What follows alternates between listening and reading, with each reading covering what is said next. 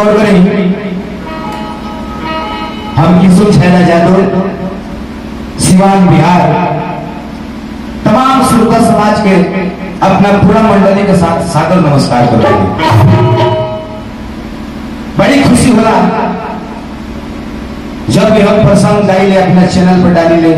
एकरा के सब लाइक करिले, सब्सक्राइब करिले, हित मित के बात शेयर भी करिले। ये प्रसंग के लोग सब देखिले सुनिले, तो फिर फरवरी के बाद फिर महाभारत के प्रसंग लोग सब सुनाओ तो नहीं सी बात आज रो रे के तू बोला काम का के तू बोला काम रो रा की करे बोला नहीं जी। अरे और तो ब्याज जाए बनी वक्त का तू बोला रो रा ऐसा नहीं आदमी का नाम धर दल, ऐसा नहीं आदमी का धर्मेंद्र नाम भइल नाम का बोलने के लिए ना चले के लिए ना गावे के लिए हां पर यही तो बात यही है, हाई कर दे भाव कर दे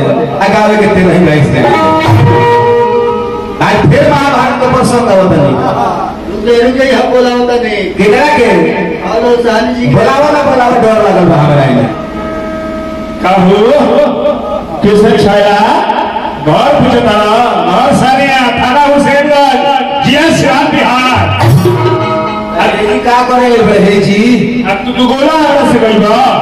हे और सारी से गोला गई बा ओ मैं महाभारत हमरा से गांव तो तरह के 6 इंच छोट कर हो गई।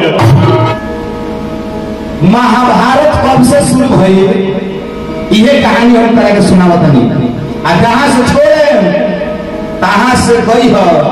आ ना गवल अरे तड़कन खानी दे ले कई रह आ कह तरह के 6 इंच छोट कर ले मारे एगो बम की पर्चे छिटा दी। शंकर भगवान के औरत पार्वती कैलाश पर्वत पर बैठे रहने लोग। आ वही समय में ऋषि बाबू कृष्ण भाई धर्मेंद्र बाबू कामधेनु गाय 5 गो बैल के संग आगे गाय बड़ी आ पांच गो बैल समझ लखे दिले बैल। उसी समय में कामधेनु 5 बैलों के संग में आई।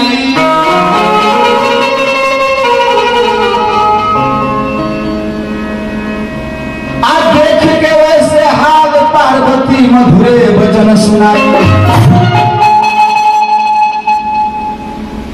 पार्वती भैया देखली कि एगो आगे के गाय जाता रही, अब 5 गो बैल रखे दिले बड़े कैसे उल्टा जमाना हो गई बा। और भलन भाई के मेहरारू जब बाजारे जाने मिली उठलाली लगा के एक तरह बजा के सूत जाले आई करे गौमी को छोट भाई बड़े से गौमा के वो आगे बेग लटका के जाने अब पीछे से उजाले सब ध्यान दिया। तो पार्वती जी कहते हैं शंकर भगवान से ये भोलेनाथ तो सुनी ये साजनवा अतोनी खोली नाना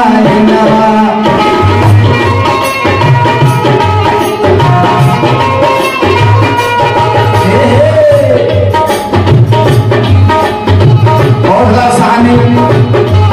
अभी देखिए डोला हो जाना नू वो सॉन्ग में डोला हो जाना। सुनी ऐसा जनवा तोनी खोली नाना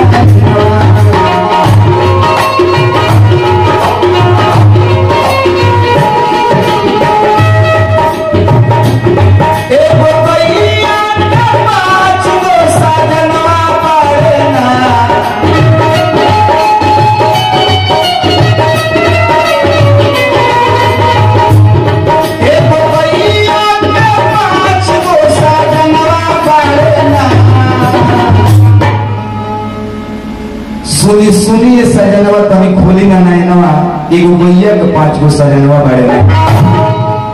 इतना पतिया जब काम दिनु गाय सुनली पाछे घूम गई। अब पाछे घूम के का कहली सुन के पतिया पार्वती के हर काम देनु खिसियाई।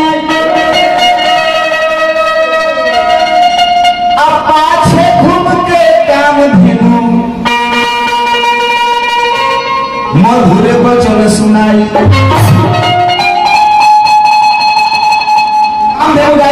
कोई करिए पार्वती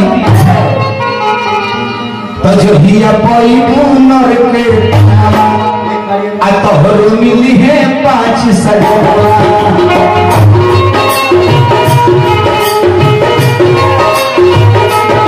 जो हिया पैबू नर के तोहरो मिली है 5 सजनवा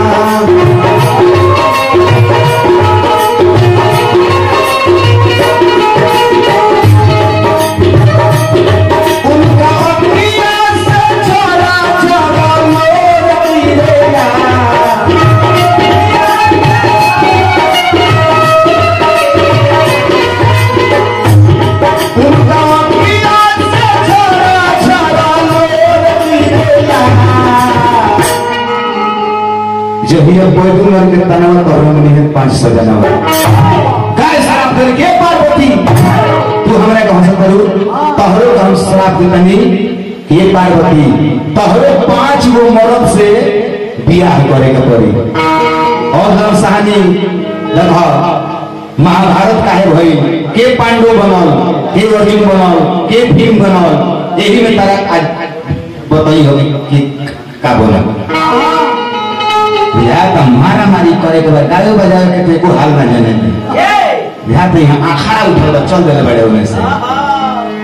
अब इतना बतिया काम धनु गाय पार्वती से बहुत डरी तू पाइबू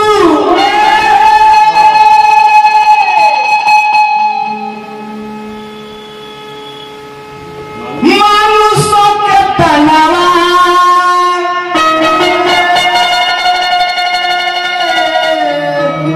अरे तोहरो मिली 5 गो सजनवा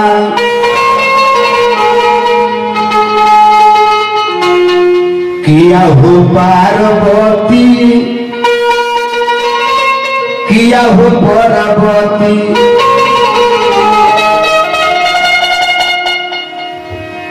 काहे हमर हसिया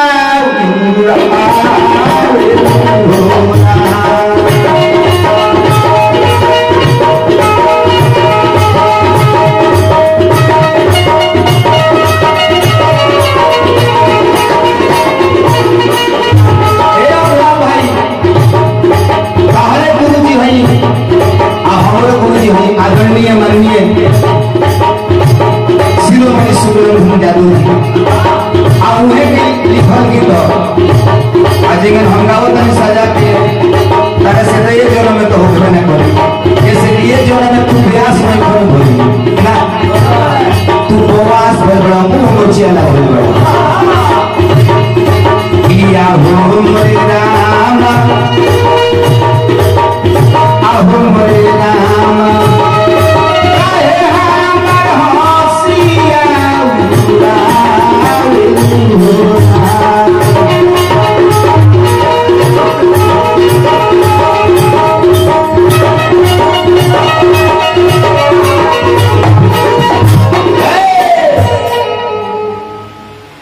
इतना बढ़िया जो पार्वती मैया सुनली आ शंकर भगवान के जटवा में गंगा जी वाली गंगा जी वाली का हो ए पार्वती अच्छा ये बताओ रहन सोना रही तो 5 गो मर्द मिले के तरह शराब ना न मिली अलबत बाड़ू धन के बाड़ू जब इतना बढ़िया पार्वती जी सुन तो कहली कि गंगा ए गंगा गाय हंसली हमरा के आ तू हंसलू हमारा के तो तारे को हम शराब देतनी कि तू मृत्यु लोक में जा आ तोहरो एगो मनुष्य से शादी कर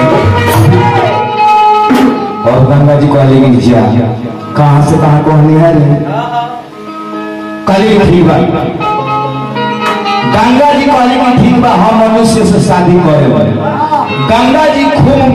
बड़ा एगो शर्त रखली का कहली जो मेरे धारा के 100 बार पार करेगा असत्य कहती हूँ ही मुझसे शादी करेगा गंगा जी कहली कि हमें वो शर्त लगावत नहीं कि जे हमारा धारा के 100 100 बेर पार कर दी ओकरे से हम बियाह कर। गंगा जी ऐसा शर्त रखले रहनी कि केहू पार करे के सकरबे न करे, केहू नहीं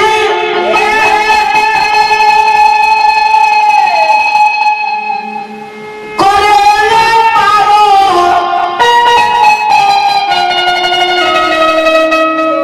कहे कि बड़ा जोर से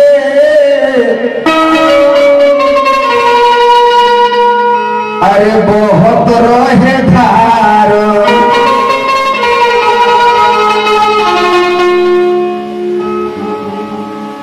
तो पार करे लागल एगो सियार हो गोसैया। गंगा जी इतना न प्रयाग शर्त रख दो पारे करे के ना चाहे, देवता दानव यक्ष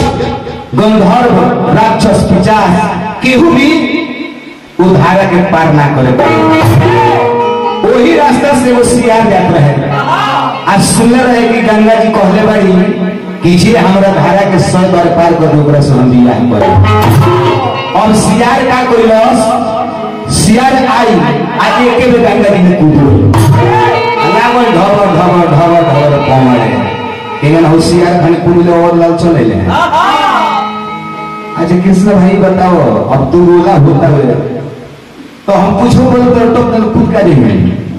तू हम चढ़ावे ढोल ऋषि चढ़ा दे चढ़ के चले ले। ध्यान दिया सियार गंगा जी में कूद गई आ गंगा जी में कूद के लागल पौड़े पौड़त पौड़त जब 99 बेर सियार पार कर गई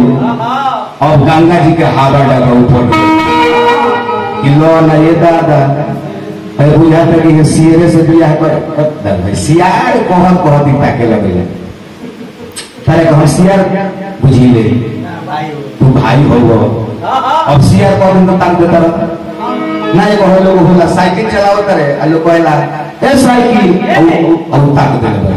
रे ते साइकिल बहु तोर नाम धरि तम तब तारे के मटिया उधलाल सहानी तब तब तो अब हम बने कि सियार पहले भूखे भूखे हमें क्यों ताके लगे कहां कह जाओ तारे के मदद नहीं 99 बेर जब सियार पार कर गई गंगा जी सोचली कि लो ना बुझा तो सीधे से बियाह करे के पड़ी का दो और इसो में वो जोर धारा मरली और इसो में वो जोर धारा मरली कि सियार डूब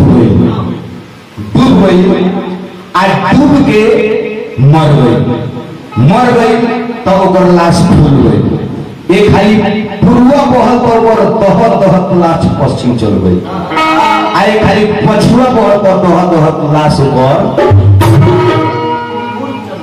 पूर्वाइल में 100 बार पूज गई 100 बार हो गई। बार के मतलब होला दिन, जैसे सूर्य भगवान एक बेर एक पृथ्वी के परिक्रमा करेले तो एक बार हो जाला हमने तो हमने कहले से कि सोमवार मंगलवार बुधवार बृहस्पतिवार तो और दर्शानी ये कुछ जानकारी रखे के चाहिए कथा प्रसंग तो कहूं गई कर लो ना ए भाई जब 100 बार पूज गई कैलाश पर्वत पर से शंकर भगवान देखत रहनी कहली कि सियार ए सियार फिर तक दलो न बारा तू और लड़सानी सियार हो कुकुर हो भी कहना बता ना और लड़सानी होता है और लड़सानी नाम धरे तब तू तो ये बुझी शंकर जी के सियार मोर के पार कर तो जी के पार कर तो पार शंकर भगवान आके सियार में समा गए सियार जिंदा हो गई और ये गंगा तारा शर्त हम पूरा कर दिल बनी अब तू हमारे से बियाह करो। अब तो गंगा जी फेर में पड़ गई कहली कि बताओ ना एक से कि ना बियाह हम करी हो। गंगा जी कहते हैं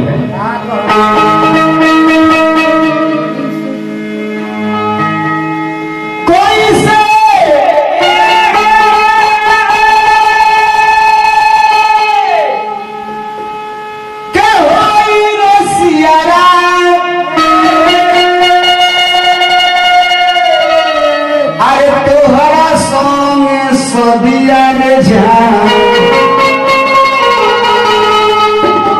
कि बड़ा नीचर हौवन कि बड़ा छोट तू सियारा जान जदिया के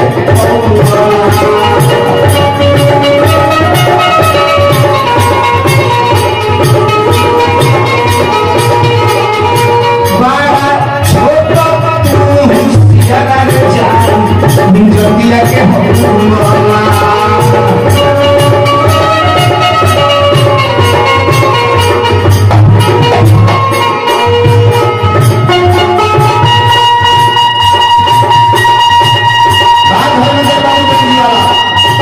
कृष्णा भाई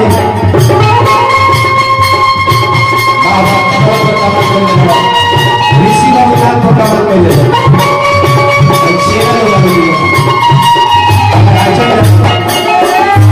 संजय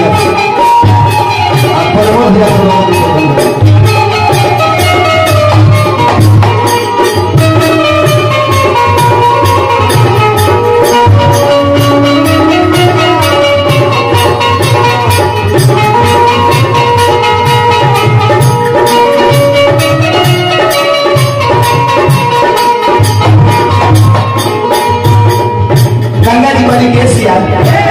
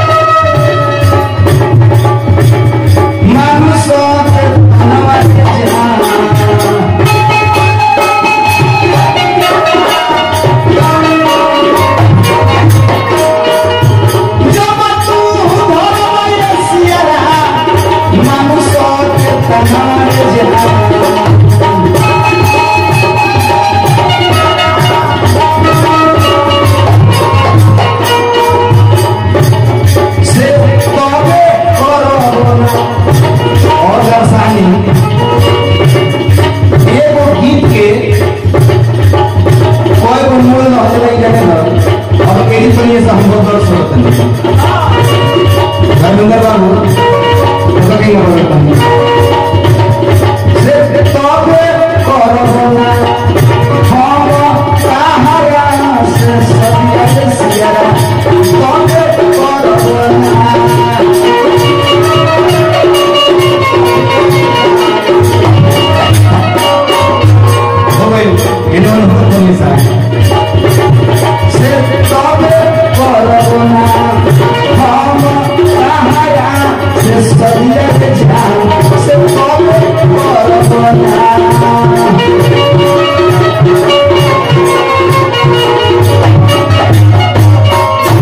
गंगा जी वाली कैसी याद है शादी करे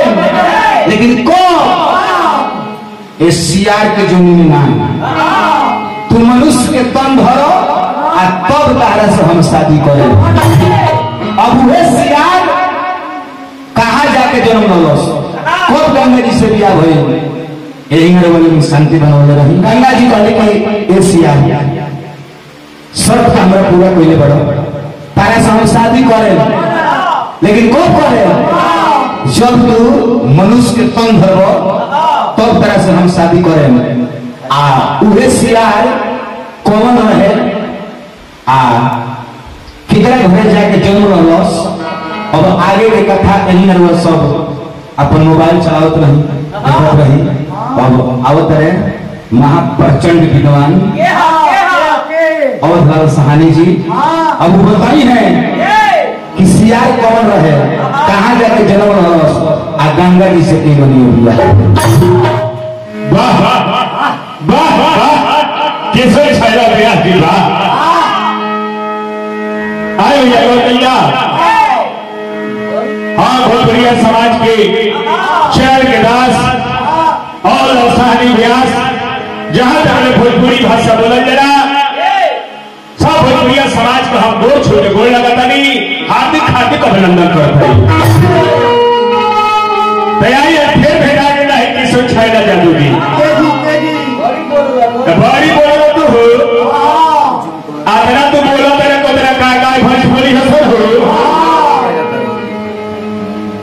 बहुत बात बोला था। अब महाभारत की कहानी का बता रहा महाभारत की कहानी का लोग तारों का हत्या मत बात के सुन छेड़ा महाभारत की कहानी सुनो दिहो लोग सहानी के गाने सुनाओ करे महाभारत में फैले बड़ा आओ के लिए बड़ा ऋषि सलाह कहतर के करती है तो कुल ऐसा तो है अर्जुन मर्दनवा ठाट के हो है चले रहते हैं रास्ते में तो लोग कहे को मर जाता और तू चले रास्ते में तो बुझा के अभी है छक्का जाता लड़की बोला तो ढेर बोला तो कहतर के बम बात दे अहो परमोद बबुआ इकर चिल्ला न हो तो इका के समझाओ इकर बूंदी अमृति पर चढ़ गई था आई का भेजा बुझा तो कि चेमड़ी पर के रेजा लेके चढ़ गया हाई बम मारे वाला देह हाई बम मारे वाला देह एक हाई थक फटक के छतिया पर ठेहुआ से ताप देलू तो पोठिया मछरिया संग्राम तो जो दोनों साथ साथ दिख देबो बड़ी बड़ी बात सुने का मिलल है एक और बात सुने का मिलल है धर्मेंद्र बाबू ताहरा सामने कहते कि और भाई के मेहरारू इनका भाई के संगे घूमे ले तो ठीक है देवर के संगे घूमे ले बाजार में ताहार मौके पर हमारा संगे जेपी चौक पर मिठाई खाए ले मिठाई ताई भैया होशियार कौन रहे पूर्व जन्म में कभी बता रहा इक्ष्वाकु वंश में महाभीष राजा वीर बलवान धर्म प्रतापी थे सत्यवादी वो महान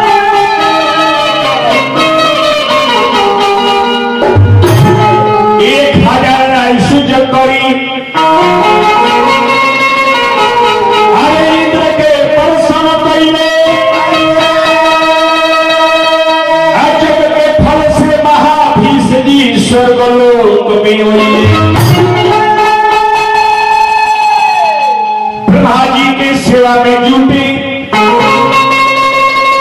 सबरो देव समाज देव ऋषि और राज ऋषि महाभीष महाराज भैया इक्ष्वाकु वंश में महाभीष नाम के राजा रहे 1000 ऐसी जो करियर ले और वो जग के फल से राजा सीधे स्वर्ग लोक में आकर उनका स्थान मिल रहा है। एक दिन के बाद हो कि ब्रह्मा जी के दरबार में सारा देवता जो जुड़ा है कवि का भाव लगल व्यास से लोगे हमारे गुरुदेव महाराज सुखनंदन यादव जी के भाव लगा था प्रमोद बाबू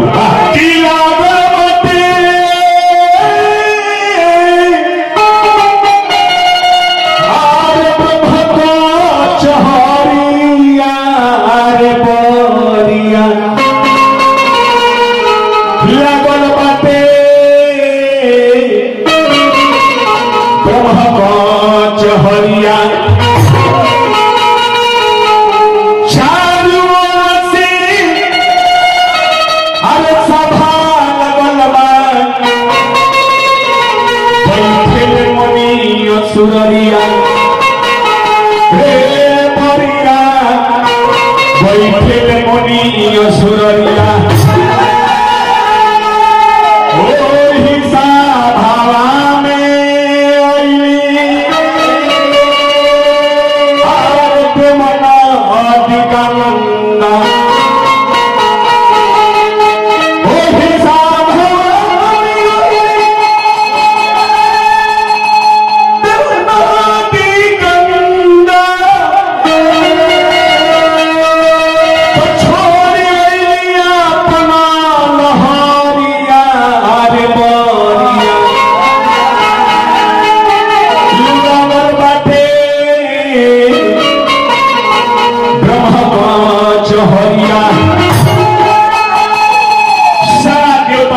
ऋषि गंधर्व आचार्य यक्ष देव किन्नर सब देवता लोग पहुंच रहे। पहले वो घटना पर घटल का गंगा जी भी अपन धारा के छोड़ करके ब्रह्मा जी के समाज में जुट गए। पहले वो घटना घट गई।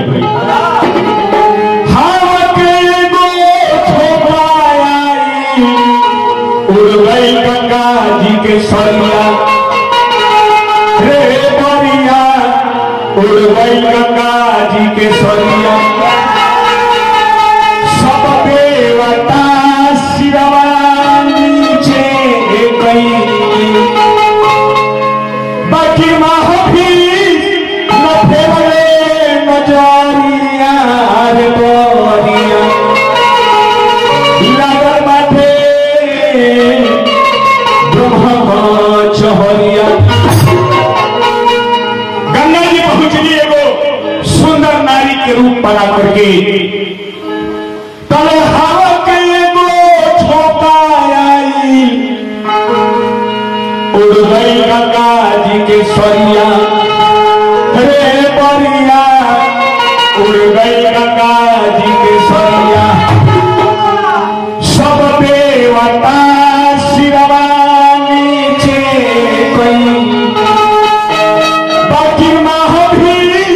न फेरे नजरिया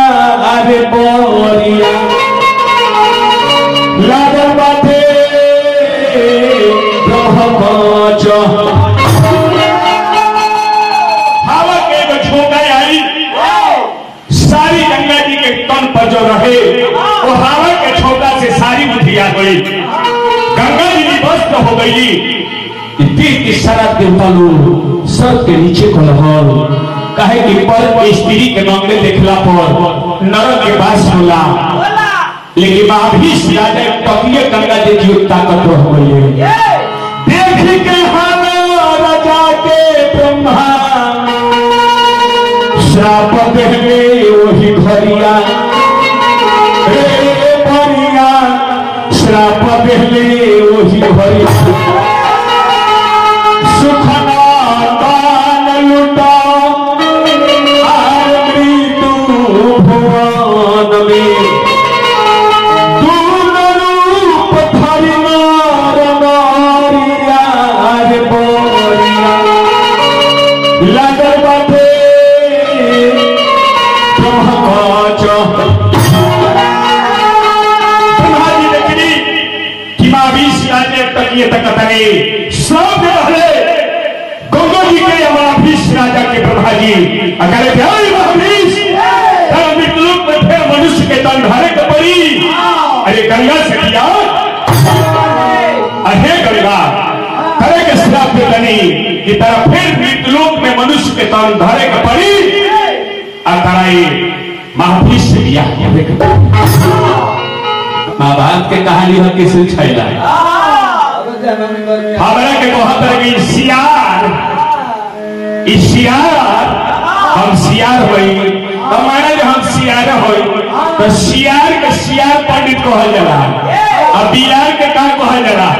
ई दही चुरवा है, दही चुरा के खाला।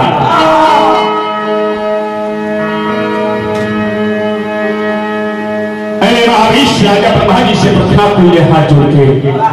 ब्रह्मा जी हमारे उद्धार कैसे हुई, तो ब्रह्मा जी कहली कि जा करा जड़िया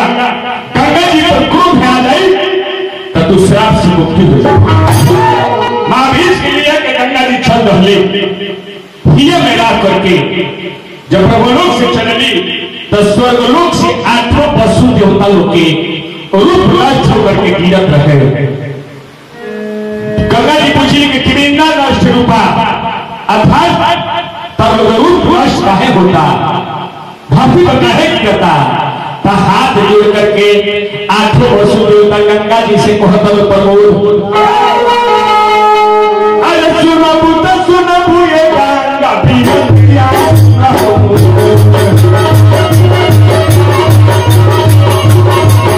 अरे सुनबू तो सुनबू ये गंगा पिया सुनो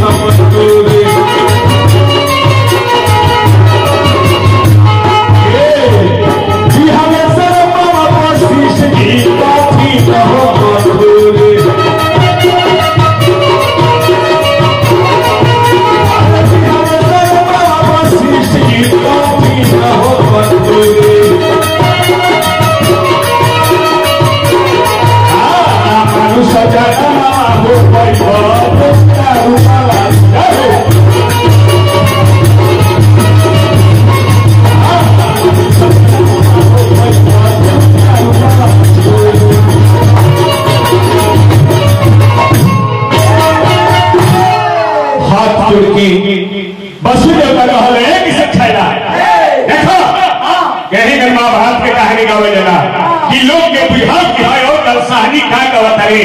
आके सुन छाई लगा गावत हाथ जोड़ के कहल के हे गंगा मैया हमी के आठों भाई खाली वशिष्ठ मुनि के आश्रम में चल गए निशान उनको गाय चलाने खातिर गाय के खोल करके लेके चल रहे निशान वशिष्ठ जी ने आगे से आके घेर रहे और श्राप दे रहे कि चलो हम लोग श्राप दे रही कि देवता लोग का रूप छोड़ करके पशु का रूप छोड़ करके तो हम लोग का रूप वातावरण मत छोड़ के धरती पर देख जाओ अपना माई से आके कहनी सा माई हमारी कहली कि चलो लो हमारे संगे माई ले आके वशिष्ठ जी के आश्रम में गई माई हाथ जोड़ के प्रार्थना करी कि हे वशिष्ठ देवता हे वशिष्ठ मुनि ये उद्धार करने का उपाय बताइए वशिष्ठ जी कहले कि जा 7 जना का तो चौरामते उद्धार हो गई लेकिन जी ने गोइया का हमारा खोलने वाला पगावा धोइया रहा इनका कुछ दिन मृत्युलोक में जन्म लेकर के आप कुछ दिन जीवन बितावे के गंगा जी वसुदेवता लोग के बात सुन करके कहले कि ई बताओ लोग तो हम लोग मृत्युलोक में पिता होके जुग के बाद मृत्युलोक में किताबों के पिता हो वसुदेवता कहलो कि प्रदीप राजा की लड़का एक जन्म लेने वाले बारे जिसका नाम संतुरु पड़ी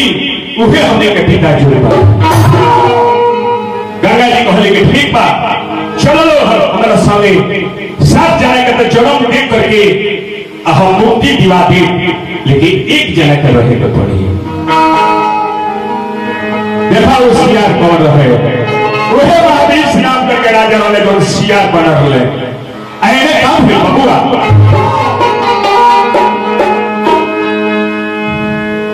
इक्ष्वाकु वंश में प्रदीप राजा हुए वीर बलवान हरिद्वार में गंगा तीर पर बैठे भरी कर ध्यान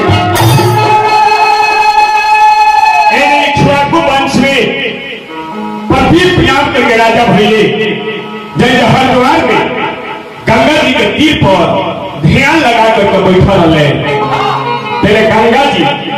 सुंदर एक मेहरारी का रूप बना करके हुई और राजा के दहिना जान पर बैठ गई राजा के ध्यान पिपल कहले कि हे अबला तू हमसे से वरदान मांगो गंगा जी कहली नारी रूप में कि हे राजन हमार मांग बात सेतु से उठती राजा कहले कि ना दहिना जान पर बैठ गई बारू तो दहिना जान पर बेटी बैठे बेटी कोई का बैठे लिखने दान दे जला तो लेकिन तरह का हम पुत्र मधु मानता नहीं जा हम अपना बेटा से दान दिया कहली कि एगो शर्त माने के पड़ी दूंगा जो हम कहे जब हम चाहे तो नहीं बेटा के माने के पड़ी जहिया हमारे बाप बेटा कट दी वो दिन उनका घर से हम निकल गए राजा प्रदीप कहले कि ठीक बात कुछ दिन बाद उहे सियारा जन्म लेहलास पिता के संतान होके से वो लड़का का नाम संतरू पड़ गया जब सियार भई है तो शिकार खेला गंगा जी के तीर पर चला तरह किसे छा जाते गंगा जी देखली कहली कि सियार उहे लेकिन पूछी कहे कि गंगा जी बचन कर रहे लेकिन जहिया तो मनुष्य के तन वो भी हम तरह से किया गंगा जी के देख करके राजा शांतनु को हक रहे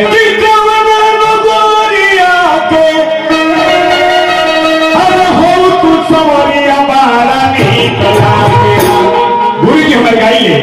ठिकावा नानो गोरिया के हो तू सवरिया बाला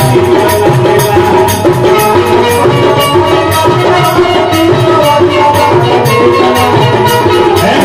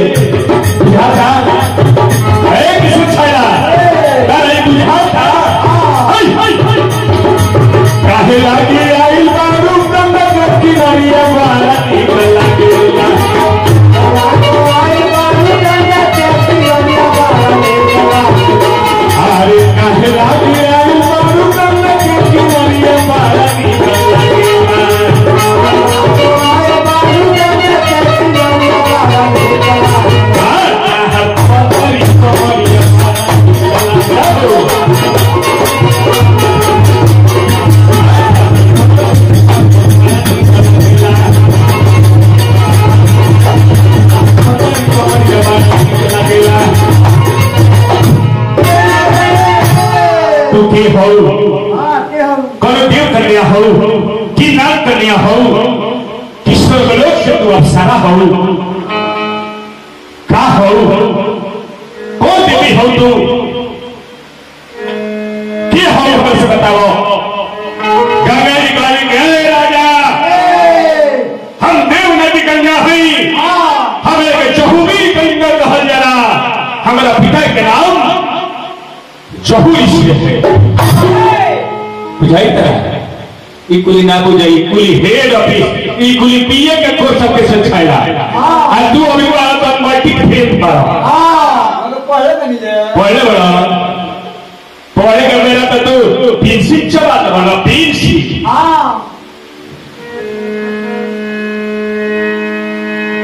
हम गंगा है राजा सौंदर्य कहे कि तू गंगा हो हमें से बियाह करो।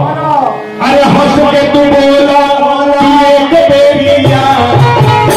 अरे हंस के तू बोला तू एक बेरिया अमन मन जाए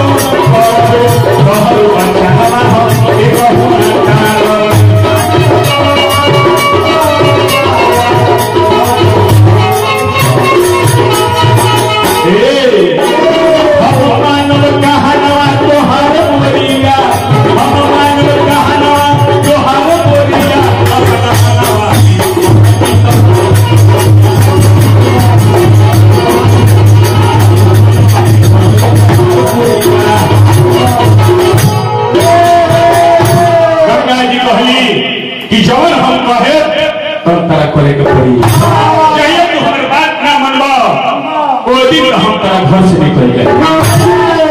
गंगा जी के साथ बात करके राजा सौंदर्य घरे लिए ले और लौकिक वैदिक रीति से गंगा जी के संगे बियाह कइले कमान में से दान कइले। एक आगे के कथा लड़का ठीक है चरण में रहले ठीक है आठों पशु देवता लोग उद्धार गंगा जी करौले बेवश होकर किसु छायो भयावा